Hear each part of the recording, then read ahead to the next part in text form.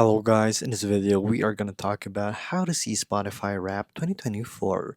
So it's pretty simple, but not for all people this will work because we are gonna get the renewed version of our Spotify Wrapped already this 2024, and you can try to see it early, but it might bug out for others because we are actually just getting closer to the release date, which is actually in another video that we have produced, and go check it out.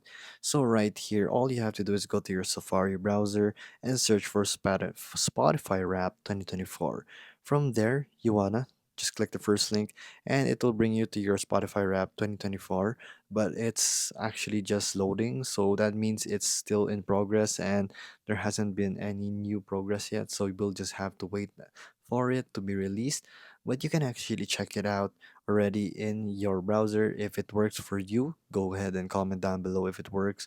But we are gonna get this really soon enough, so just be patient. Might be a couple of days and you will see your Spotify wrap. So regardless of seeing it early, you will get it.